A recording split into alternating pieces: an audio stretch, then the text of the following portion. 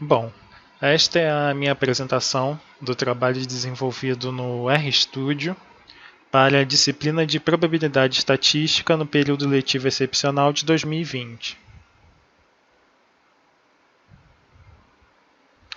Então, meu trabalho teve contexto em uma indústria que visa desenvolver um produto e ele necessita ser condicionado dentro de um reator, que é acoplado a um controlador de temperaturas. Esse controlador de temperaturas ele funciona em três modos. O modo estático, em que ele mantém a temperatura constante. O modo rampa, em que ele varia a temperatura entre dois pontos a uma taxa de variação constante. E o modo cíclico, que ele oscila entre dois valores em um ciclo aproximadamente trigonométrico. Então, os parâmetros que devem ser informados para que o controlador execute esse ciclo é a primeira temperatura, o limite superior e o limite inferior. E os outros parâmetros se referem ao período do ciclo e ao tempo total do teste. Então, a indústria tem feito uma série de ensaios para ver qual é o condicionamento térmico ótimo para que esse produto tenha uma conversão alta de produção desse composto de interesse. Então, o operador já se tratava do último ensaio relativo a essa bateria de testes. Ele colocou as configurações iniciais do teste, só que assim que ele iria começar o teste, aconteceu uma queda de energia súbita, e quando a energia retornou, o painel do controlador ele estava praticamente todo corrompido, com ruído, a matiz de cores já não era original, e aí esse operador, assustado, ainda pensou, obviamente, que aconteceu algum dano interno, só que ele não esperava que o controlador de temperaturas ele começasse sozinho a fazer o ensaio. Então, a alternativa dele para não perder esses dados de teste foi anotar ponto a ponto a temperatura em um visor que existe, um visor de LCD que existe na parte externa desse controlador de temperaturas. Ele foi anotando ponto a ponto durante os 360 minutos do ensaio a temperatura e bem como o tempo decorrido desde o início do teste. Então ele obteve no total 500 dados de tempo e de temperatura no final desse último teste. Só que como ele não tem uma noção exata do que aconteceu com o controlador, ele resolveu passar o acontecido para os seus superiores, para que eles avaliassem se esses dados de teste poderiam ser aproveitados, bem como se o controlador de temperaturas ele ainda está funcionando do modo esperado, se ele manteve o seu desempenho mesmo mediante essa queda de energia súbita. Então, os gestores dele resolveram fazer uma reunião com todos os operadores que mexiam no equipamento, bem como o operador mais experiente da empresa, para avaliar se o equipamento sofreu ou não danos com essa súbita queda de energia.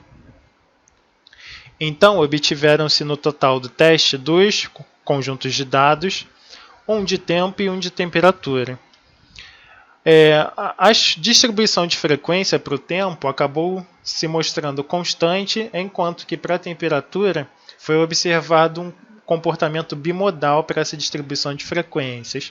Então, isso significa que a frequência se mostrou maior em torno de dois valores, o que já daria indícios de que o equipamento, ainda que tenha sofrido algum dano, ele reproduziu o modo cíclico que o operador inicialmente configurou. Aqui estão alguns dados de medida resumo para a média e para a variância dos conjuntos de dados. Aqui se encontram algumas medidas resumo dos conjuntos de dados, se referindo à média e à variância destes, que serão usados posteriormente em outros cálculos. Quando se organizam os dois conjuntos de dados em um gráfico de dispersão, torna-se claro que se trata sim do modo cíclico, já que a tendência é praticamente uma função trigonométrica, onde observou-se que ocorreram 2 ciclos completos nos 360 minutos de observação relativos ao teste realizado. Para que se tivessem algumas noções iniciais sobre a amplitude e o período do teste, foi feita uma transformação. Então, em vez de relacionar a temperatura com o tempo, resolveu-se relacionar a temperatura com o cosseno de uma velocidade angular determinada vezes o tempo. Essa velocidade angular ela tomou base na observação feita no gráfico de dispersão, de que ocorreram 2 ciclos durante os 360 minutos de observação. Então, essa velocidade angular foi chamada de ômega, e que se igualou ao ângulo de 4π radianos dividido pelo valor máximo do tempo. O θ se referiu ao produto entre essa velocidade angular e o tempo. Então, o ajuste linear foi feito em relação ao y, no caso a temperatura, igual ao coeficiente A, vezes essa coordenada nova oriunda da transformação do tempo, mais um coeficiente B. Com um R quadrado de 0,98 praticamente, foi visto que essa coordenada de cosseno θ é diretamente proporcional à temperatura. Quando se fez a transformação inversa, obteve-se uma função trigonométrica em que o coeficiente A seria relativo à amplitude desse ciclo. Então, como a configuração inicial ela tinha limites em menos 10 graus até 6 graus, essa faixa de variação igual a 16 graus, uma amplitude de 8 estaria compatível com o que foi pedido inicialmente. Em relação ao período, como o ângulo de 4π radianos se referiu ao tempo de 359,311 minutos, esperaria-se que o período estivesse relacionado à metade desse valor. Então, como foi configurado inicialmente 200 minutos, observa-se que a metade desse valor de 359,311 estaria mais ou menos ali em 180 minutos. Porém, como se trata de um valor pontual feito de um ajuste linear, em que pode ter alguns erros, preferiu-se estimar essa questão do período com o auxílio da estimação pontual, bem como intervalar, de um modelo de probabilidades. Então, voltando para a distribuição do tempo, resolveu-se modelar que o tempo poderia ser modelado como uma distribuição uniforme, no intervalo de 0 a θ. Esse θ é que teve o enfoque da estimação e que, pelo método da máxima verossimilhança, esse θ seria igual ao valor máximo dentro da amostra de tempo, que foi igual aos 359,311, obtidos antes intuitivamente. Então, fez-se um intervalo de confiança para esse valor θ com uma confiabilidade de 95%. Então, observou-se que esse valor é bem estreito.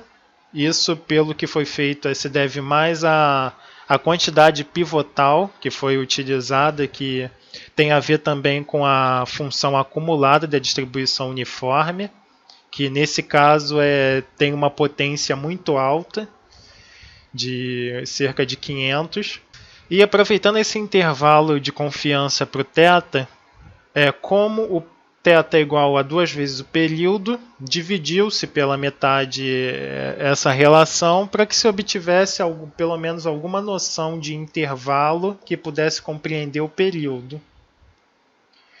Então, mais uma vez confirmou-se que o período observado não foi igual ao período de ciclo configurado, o que já levantou um alerta de que o equipamento poderia ter sofrido danos internos com a queda de energia súbita. Agora, em se tratando da temperatura, como ela teve um comportamento bimodal, resolveu-se estabelecer um valor de fronteira, que nesse caso foi igual a menos 2,5 graus Celsius, e a se modelar uma distribuição normal para cada um desses lados que a fronteira dividiu. Então, com auxílio dessa estimação com o método de momentos, foi visto que a probabilidade de se pegar um ponto ao acaso dessa amostra que estivesse fora da faixa fora da faixa de temperaturas configurada seria igual a cerca de 37%. O que, para um equipamento que se propõe a medir temperaturas mediante a dados de entrada fornecido pelo usuário, é uma probabilidade alta, o que também foi outro indicador de que o equipamento teve algum problema aí no desempenho dele. Na reunião, o operador mais experiente ele levantou algumas afirmações, algumas ideias, e que ele disse que durante os anos que ele trabalhou na empresa e fazendo esse mesmo teste com essas mesmas configurações, ele via que a temperatura média era em torno de menos 2,15. Então pensou-se em fazer um teste de hipóteses com a afirmação dele e que, com a média observada para a amostra de temperaturas, com um nível de significância 5%, foi confirmada. Então, a princípio, isso contradiria a ideia de que o equipamento sofreu algum tipo de problema. Só que quando ele resolveu afirmar sobre a proporção de pontos de medições que estavam fora da faixa de temperatura configurada, ele disse que essa proporção era de no máximo 10%. Então, fez-se novamente um teste de hipóteses, agora para a proporção de pontos fora da faixa configurada, onde para a amostra foi visto que essa proporção estava em torno de 14% e que com a abordagem do p-valor é igual a 0,1435%, para um nível de significância igual a 5%, essa hipótese seria rejeitada. Então, isso também foi um fator que levou os gestores a crerem que o equipamento realmente sofreu danos com a queda de energia. A gestora resolveu ir na base de dados deles, de históricos de testes passados, e viu que a proporção era igual a 7%. Então, para uma proporção de 14% observada em uma única amostra, ficou claro para eles que o desempenho do controlador ficou comprometido com a queda de energia que aconteceu. Então, não restou outra decisão a não ser encaminhar o equipamento para manutenção e, além disso, tampouco foi possível aproveitar os dados desse ensaio, já que o período não foi reproduzido, o período que o operador informou ao equipamento não foi reproduzido, e a amplitude ficou um pouco comprometida por conta dessa alta proporção de dados fora da faixa informada pelo operador. Para as considerações finais sobre a análise estatística, a função trigonométrica ela foi ajustada realizando-se uma transformação da variável de tempo partindo de uma inferência de que teriam acontecido 2 ciclos durante o tempo de observação. Uma alternativa viável seria estimar os 3 parâmetros ao mesmo tempo, de modo a reduzir a soma total dos quadrados usando algum tipo de algoritmo simplex que forneceria uma resposta talvez menos tendenciosa em relação ao que foi feito na análise da relação entre as variáveis.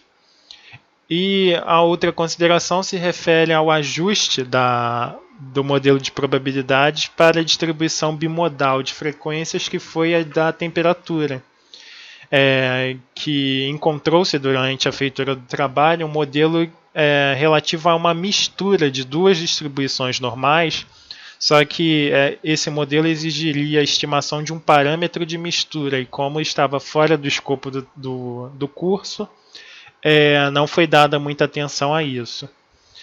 Então, finaliza-se aqui a apresentação do trabalho e obrigado pela atenção.